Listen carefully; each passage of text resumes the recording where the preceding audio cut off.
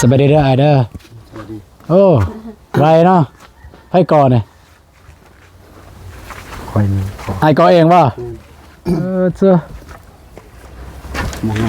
โอเคแล้วสำเนียงอุ้ยโอเคแล้ว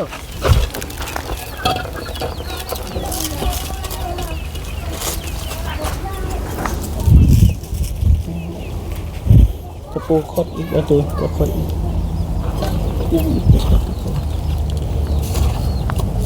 เอาเลยขอบคุณหลายๆครับรอทามาโดนมากวันใดเธอเซ็นมาเย็นน้ำให้กิน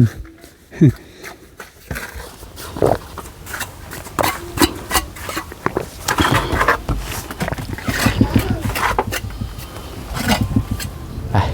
ขอบลาน้องมันเอาอันนี้ครับเอาให้น้องลอยเด้อบ่มีหยังเลยจะได้ก็สิได้กลับก่อนเพราะว่าอยู่บ้านยังมีเวียกนะ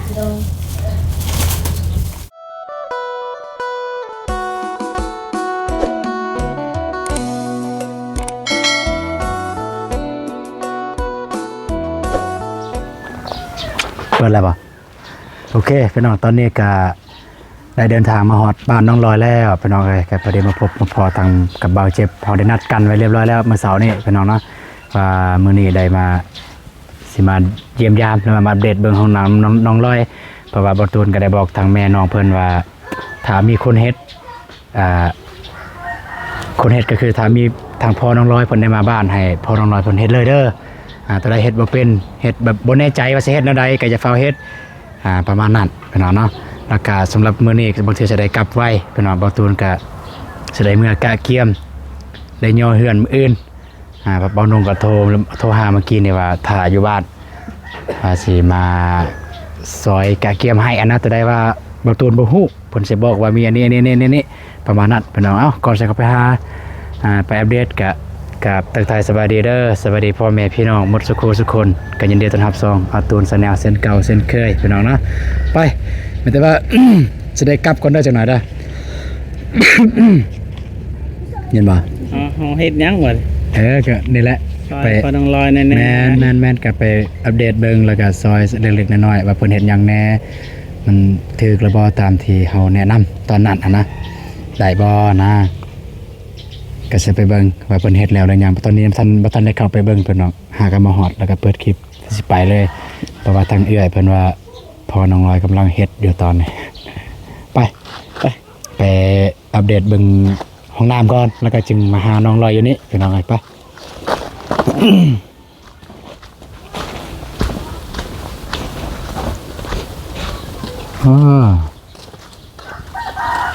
สบายดีเด้อไอเด้อโอ้ไรเนาะให้ก่อนเนี่ยไอก่อเองป่ะเจ้าโอเคแล้วสำเนียงอุ้ยโอเคแล้วจักก้อนไอก่อขึ้นจักก้อนแต่มือก่อบ่บอจักก้อนอันนี้นะของไอ1 2 3 4 1 2 3 4 4ในเฮาบ่เขานี่เริ่มมานี่บ่บ่เฮาก่อมันนั่น4แล้ว4ว่ะ4แม่นบ่แม่น3ดิ3นับแต่นี่นับแต่นี่ใครก่อนบ่ฮู้บ่ตูนมานี่บ่เจ็บนี่บ่ฝนแม่นบ่แม่นนี่บ่ฝนต่อตัวนี้ตีหลังไอ้เรือเอ้าประตูปิดติดแล้วไปเลยเจ้าประตูปิดบ่เบิ่งถึกอยู่บ่ตามที่ขึ้นได้บ่จ้า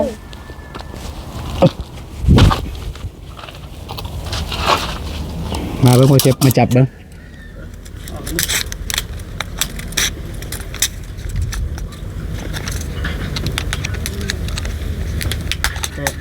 สิเบิ่งกันนะถึกอยู่บ่ตาม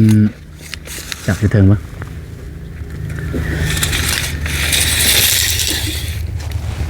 โช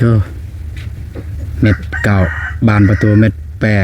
8แต่ว่านี่ไม่ได้เจาะ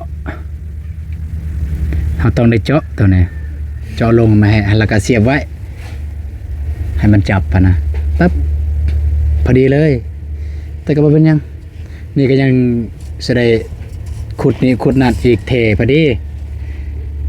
มันแต่ว่าใส่ปูนหน่อยๆแล้วก็บล็อกหน่อยๆตัด ตัดใส่นี่สามันจับคันขุดนี่ซ้ำ7เส้นหรือว่า6-7เส้นสำนั้นแหละขุดลง เอาลงพอดีเนาะ อันนั้นลงพอดีแต่ว่าสำนี้ก็พอดีละเพราะว่าบัดเทเด้บัดเทพื้นเด้พอดีกับบวกกับเทพื้นเลยแล้วก็มันบ่คันบ่พอดีพอดีสำใดเฮาก็ตัดปูนจังซี่แหละนี่มาใส่นี่มาใส่ปึ๊บ ทางเทิงมันมีหูรูก็ได้มันเป็นหยังขอ มี จับ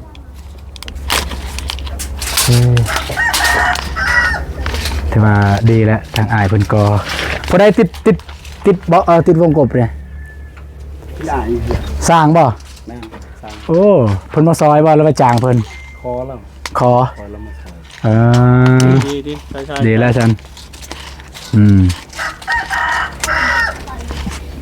บอกเนี่ยบ่ได้เบิ่งหยังจักก่อนหั่นสูงแน่นอนหั่นนี่นี่ มาตัวอย่างมานี่นะมาตื่น ฮะ ตัวอย่างมาเอาพอดีนี่เลย ได้ปะ มันก็ได้คือกัน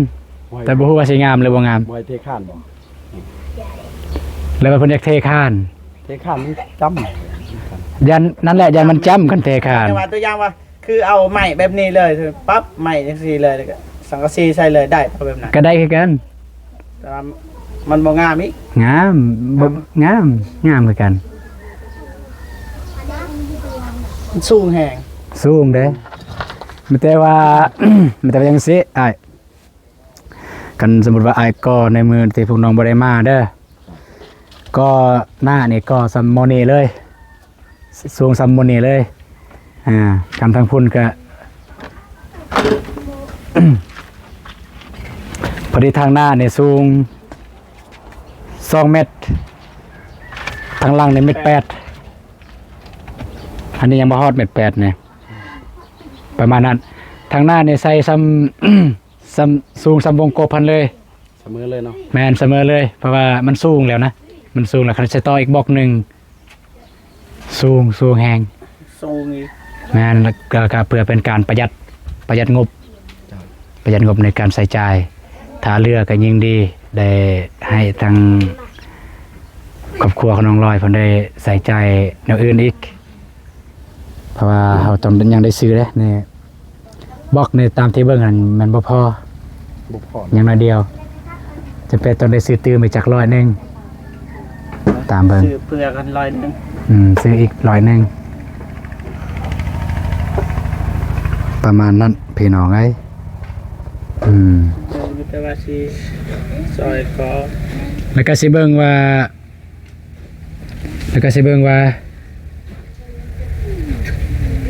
สิโบกหรือบ่อันนี้ก็ขึ้นกับว่างบเฮายังน้อยหลายส่ำใดงบก็ยังมีอยู่ถ้าบวกกับของน้องบ้องก็กับน้องบ้องอะนะประมาณ4 ล้าน ยังบ่ แม่นงบ คือสังกะสี สังกะสีเรียบร้อยแล้วพุ่นสังกะสี ยังเรียบร้อยน่าจะเรือ เรือก็เป็นการดีคันเรือ กันยังเรือ4ล้านเด้ คันเรือ4 ล้าน บ่ยังเท่าไรตอนนี้เรือ 4 ล้าน 4ล้านซื้อดินบล็อกเพิ่มอีก100 ก้อนหนึ่งเท่าไรเลย 500,000 พอดี500,000เลยร แม่ วม น 500,000เรือ3ล้านยังก็มีเบิดเลย แม่นซื้อทอมาใส่ซื้อพุยกระพุย โดย ซื้อกระพุยมาให้เด้ ก็6-7แสน แม่นตามแผนเนี่ยตามแผนที่คิดเนี่ยแม่นถ้าเงินยังเหลือเนี่ยมันสิซื้อกระพุยมาให้ โดย กระพุยอยู่นี่กระพุยบอลเพิ่นอาบน้ำอาบในหั้นนะ โดย แต่ว่าสิบ่เฮ็ดละอ่างคันเฮ็ดอ่างมันจะก็แล้วแต่ผู้มักเฮ็ดอ่างบ่แล้วนั่นใด แล้วว่าซื้อกระปุยเอามาใส่ นั่นง่ายนิดนึง นั่นใดมันง่ายป่ะ คันนั้นคันเฮาก่อแล้วเฮ็ดอ่างมันใหญ่บ่ได้อีก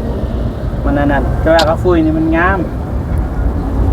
ตามมาขึ้นนะคือน้องเดิมมันยังครับกระปุยซื้อ ซื้อกระปุยก็ได้ กระพุยเนาะ แล้วก็เวลาวิทย์ถ่ายเฮ็ดเบิ่งฮัดสบายไปอาบเบิ่งนี่นะเบิ่งแจ้ๆแน่แหละ แม่ อันนี้อ่างมันก็จะขับเนาะ โอเคมีแต่ ไม่แต่เฮ็ดอันนี้ก่อนก็ขึ้นก่อนแล้วก็เว้าเรื่องอยู่ในนี่เว้าเรื่องภายในมันขั้นตอนสุดท้ายเลยเด้อเพราะว่าบางเทื่อว่าเฮามีการโบกเด้บางเทื่อมันมีการโบกกันหยังอะนะเทน้ำลังขั้นตอนสุดท้ายเลยกับติดหัววิดขั้นตอนสุดท้ายเลยบัดสิแล้วพุ่นละจึงติดแต่ตอนนี้ก็ก่อขึ้นก่อนแล้วก็ตัดหลังคาประมาณนั้นโอเคดำเนินเลยเห็นยังนะสมปูนมาแต่เพิ่นสิ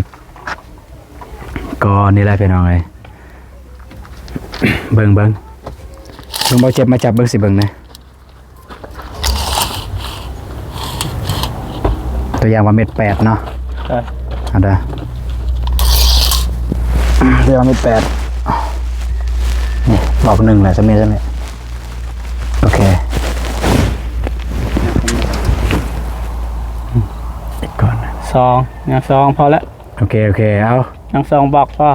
ซองยังนี่เม็ด8เพ อยู่หั่นบ่ แล้วนี่พี่เอาตัวนั้นมาใส่ หึ แม่น2ลม แมนซองลมอยู่นี่แหละซองลมเนี่ยใส่เลยซองลมแล้วก็ต่ออีกสมมุติซองลมสำนี้นี่ ยัง2ก้อนพ่อนะค่อยว่า น่าจะซองเลย 2ก้อนพ่อ ซองก้อนเอาอีกซองก้อนแต่ว่า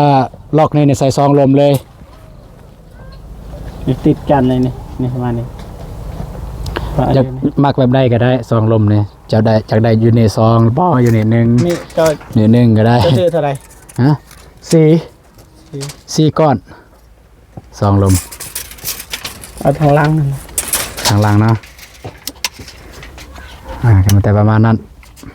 เอาทางล่างนี่ยังอีกซองก้อนแล้วก็ไม่แต่ก็ทางหน้าขึ้นเลย ถ้าเบิ่งซ้ำพอดีซ้ำนี่เลยพอดีซ้ำนี่ บัดแล้วแล้วก็บัดแล้วทางนี้สมมุติทางนี้แล้วทางนั้นก็แล้วมันจะเอาไ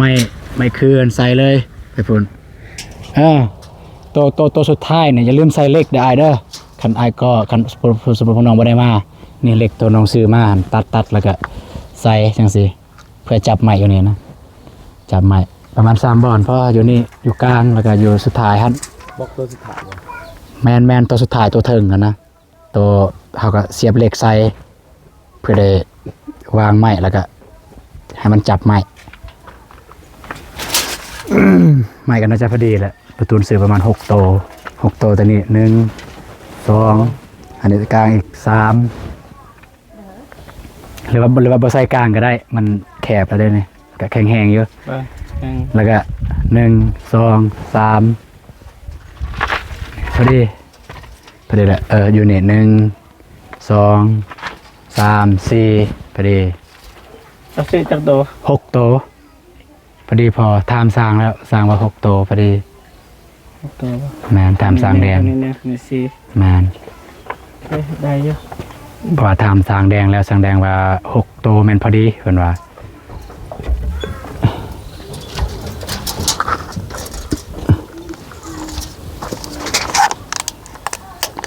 เอาเป็นเอาไว้แต่ว่าให้ทางอ้ายเพิ่นขลุ่นปูนขลุ่นบ่เอิ้นขลุ่นส้มปูน ผสมปูนเดี๋ยวสิก่อซอยอ้ายเพิ่นจักเล็กจักน้อยแล้วก็สิได้เดินทางกลับแล้วก็ กลับคือกันนะ สิกลับคือกันบ่ เดี๋ยว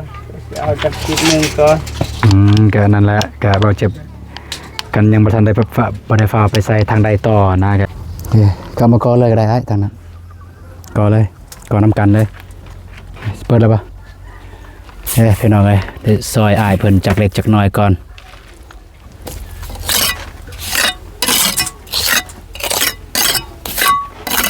โหได้ฮ้อนบ่ทรายเนี่ยอ๋อทรายมันหยาบ นี่ยึดในบริหาร เพิ่นก็บอกอยู่ว่าเจ้าของสายนะเพิ่นก็บอกอยู่ว่ามันหยาบได้แต่เฮาคันไปเอาน้อยทางอื่นเพิ่นบ่ได้มาส่งทางอื่นนะ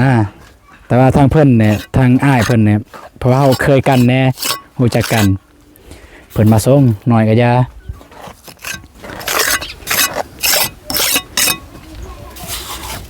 คู่มีแต่เดียว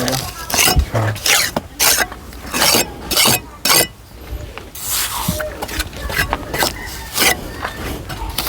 สวยจักเล็กจักน้อยก่อนพี่น้องเอ้ยซอยก่ออ้ายเพิ่น ตกใส่หัว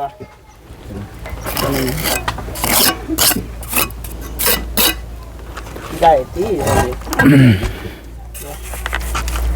บอก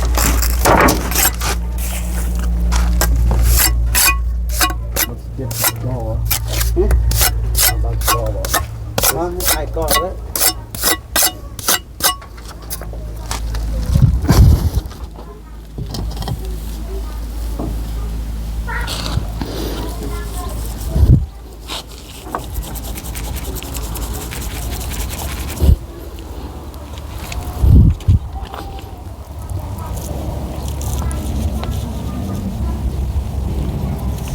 ชูงก็ยากเลยพอดีเลยอาจจะกอเลยตรงนั้นก็ชูงแนวนี่เอาคนก็ได้กันจะแซงก็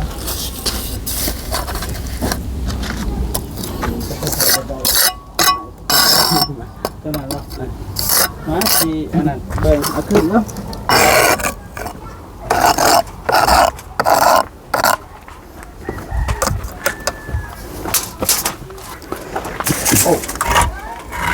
เบิ่งบ่เจ็บ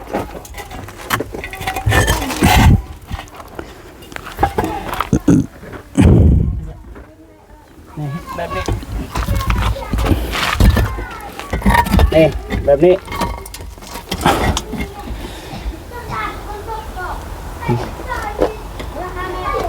บ่แม่นบ่แม่นแบบนั้นปีนกับลังละหั่นเป็นตะพุ่นเบิ่ง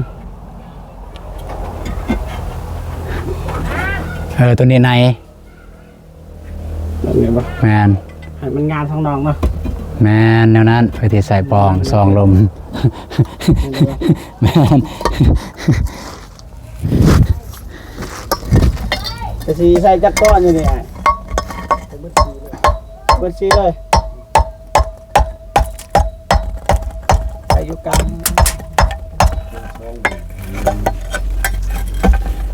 แล้วทางนี้นำปะหรือว่าเอาแต่ทางล่างก็ได้เบิดสีเลยด้วย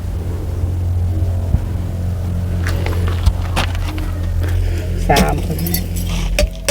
ครับเองเลยก่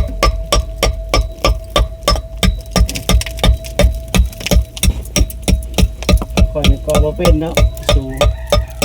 แต่ว่าเอาออกเลยปูนตัวนี้อ่ะจะมากอเบิ่งนี้เลยน้องย่อมสูงจักสิเบิ่งจังได๋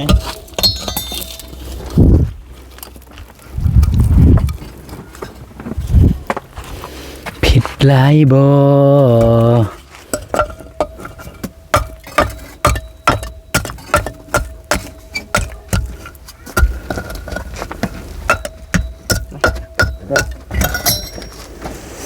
โอเค ใส่ปูนกัน โอเคเนาะ กันที่ใส่ซองก็หามัน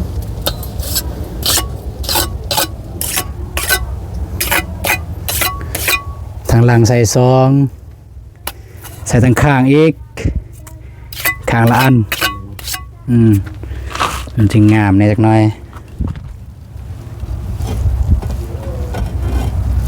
ซองก็มันขัดจนได้สำเร็จให้เนาะให้จังคือว่าเอาสำนีก็ได้ไปเนาะต่อไปยังต่อด้วยสำนีก็โอเคมันจับล็อกเลย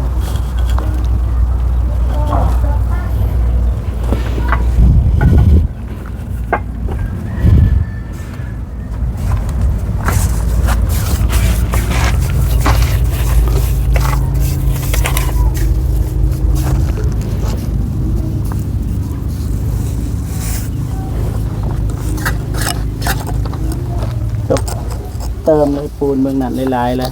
ข้างหน้าเชื่อในอาก้อยเองมาแต่ก่อน วิ่งผู้วิ่งให้ แสดงว่าสร้างเก่าได้เนี่ยอย่าเด้อแสดงว่าอายเพิ่นก็เป็นสร้างเก่าเด้อ สร้างเก่า แมน สร้างเก่าบ่ ทางเฮากับพอสำเนียงแล้วเฮากับ สร้างรุ่นเก่ากับสร้างรุ่นใหม่เนาะ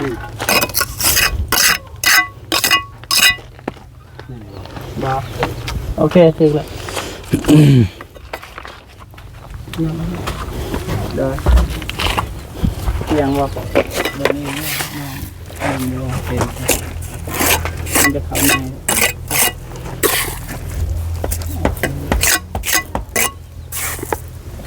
ปูนมันไหวเลย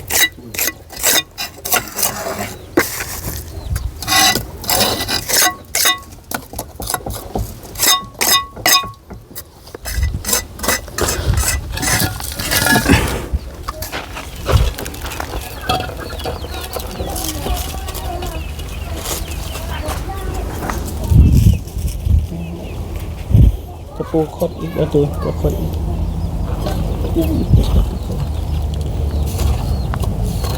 มาสนุกกันแล้วได้เยอะ ได้เนาะ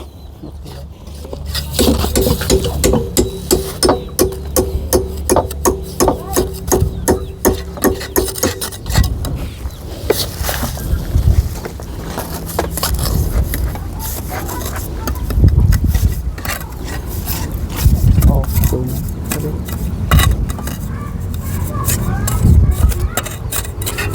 ใส่ได้ปูนยัง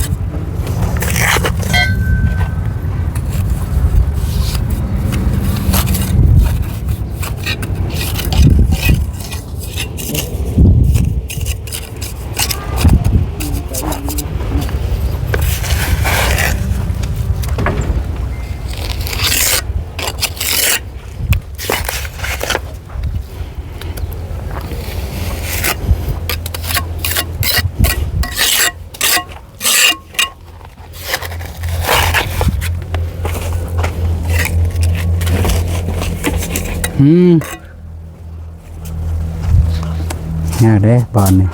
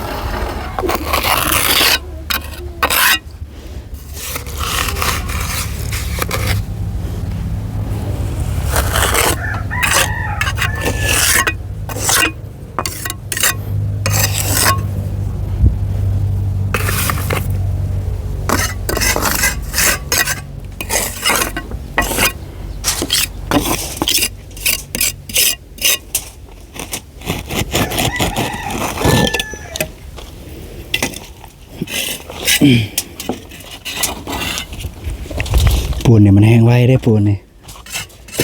ยาได้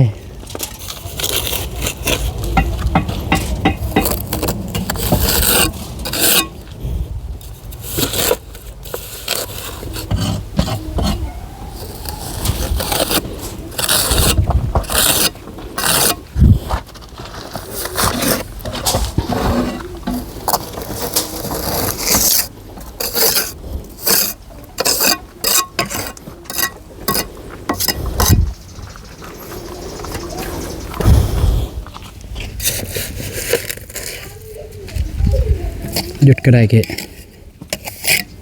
มันยาวแหละ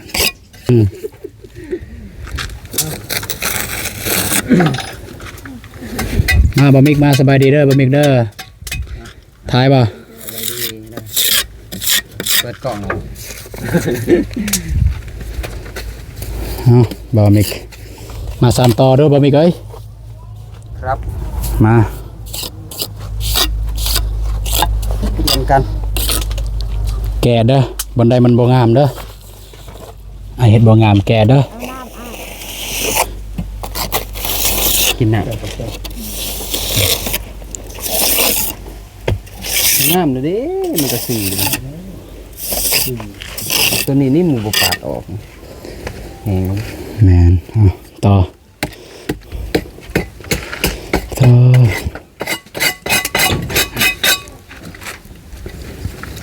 โอเคสั่นต่อเลย เพิ่นบอก ขอบคุณหลายๆครับ รอทามาโดนมากวันใดเธอเสมาเย็นน้ำให้กิน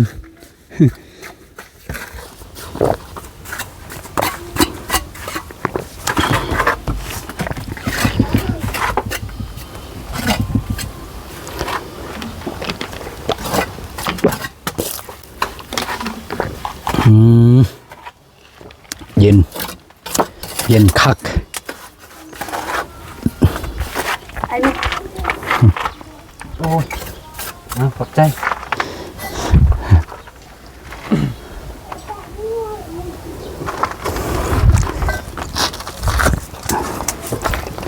โอเคเพิ่ง ไปกินบ่ โอเคฝากสานต่อนะเด้อบอมิกนี่เนาะเฮ็ดกับอ้ายเพิ่นเด้ออ้ายคอยจะได้เมื่อบ้านเพราะว่ามีเวียกอยู่บ้านน่าจะได้กลับก่อนเด้ออ้ายเด้อ จะได้มือนั่นบ่ มื้อนี้เอาเฮือนไปแต่เช้าเด้อมันแต่ว่าบ่สิลงกับบ้านนี่มันแต่ว่าอ้ายก็ซ้ำวิตามินอีกก้อนหนึงเด้ออีกก้อนหนึงโอเคแล้วเว้นอีกก้อนหนึงสำหรับทางลัง ก็เลยเหรอ ฮะก็เลยก็จนจำพุ่นละจำประตูพุ่นละสำหรับทางข้างเนี่ยแล้วก็เทอละน้อยเทอละความหมายคือต่ำสูงแล้วมันสิเป็นสันไดแล้วก็ตัดออกเพื่อได้ง่ายในการใส่ไม้คือไม้ข้าวประมาณนั้นโอเคเดี๋ยวล้างมือก่อนเลย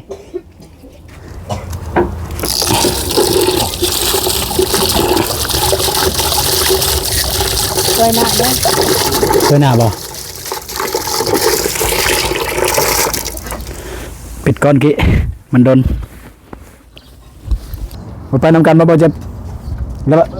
วว่าสิเปิดคลิปท่าโอเคไปเปิดเลยกี้เปิดแล้วบ่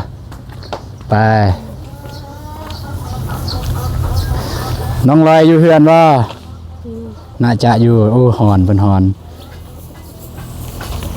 คือได้แล้วจะเสียไว้ใส่กระสอบบ่ บ่ปะอยู่นี่เลย บ่ตัวนี้นี่ ปะอยู่ ใส่กระสอบดีแล้วเพราะว่าบัดเทนี่สิได้เอามาใส่หอนคันบ่หอนนี่ยากแล้วมันยาบ ยาบโพดไปผมน้องสิได้กลับก่อนเด้อเด้อ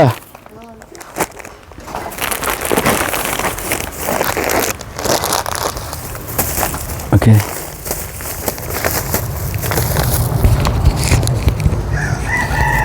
เอาไปหมอบไปให้เอื้อยเพิ่น เอื่อนบ่ เดินให้เอื้อยก็ได้เลยให้น้องลอยก็ได้บอก เอื้ เอื้ อย อยเพิ่น แท้ พาไปหาน้องลอยให้น้องบองจัดการเลยเป็นน้องไปฮะนี่หยัง เอื่อยเขาไปหาน้องลอยนะ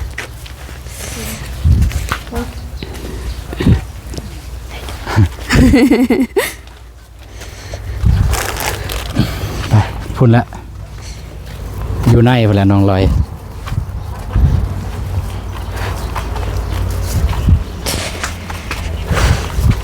โอ้เป็ด ปิดโทรศัพท์ไว้ ปิดโทรศัพท์ลูก มันสิมีเสียงเด้อไป ปิดไว้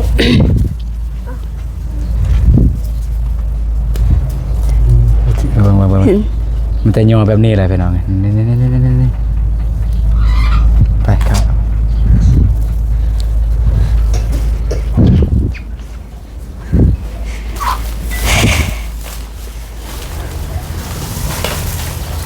สบายดีเด้อ สบายดี สบายดีเด้อน้องลอย สบา เด้ ดี อ น้องลอย อ่า ดีลูก ยาแล้วบ่เป็นเอามันนี้สิได้กลับก่อนเด้อเพราะว่ามีเวียกอยู่บ้านสิบ่ได้อยู่ฮอดค่ำมาแต่ทีมงานได้ทีมงานเฮ็ดซอยทางอ้ายเพิ่นเบาเจ็บเบามิกไปขอบลาน้องเพิ่นเอาอันนี้ฮะ เอาให้น้องลอยเด้อบ่มีหยังเลยจะได้ก็สิได้กลับก่อนเพราะว่าอยู่บ้านยังมีเวียกนะ โดย กลับกันเด้อกลับกันเด้อ ใจขอบใจเด้อน้องบอง ได้ครับจ้าได้ จ้ะไปเอ็งมาถึง บ่กิ บอก บอก กิ กี้ขอบใจละลาย ได้ เลย สุขภาพแข็งแรง เลย อยู่เย็นเป็นสุขเด้อ ได้ เล ได้ ย ได้ เดินทางปลอดภัย เลยขอบใจเด้อ เลยขอบใจลูกขอบใจไก่บองไว้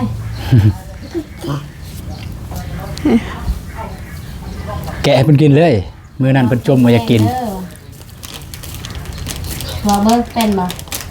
ไปมื้อนั้นยินอยู่น้องเพิ่นเว้าสบายดีเด้อนะบ่าวได้ยินเสียงรถอ้ายนะ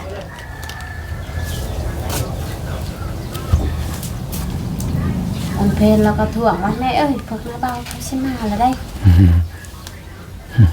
โอเคจะได้กลับก่อนได้ โดย เลยไปเอา เดิน จะได้ ทางปลอด กลับ ภัยเด้อ ได้โอเคไปเพราะว่ามีเวียกอยู่เฮือน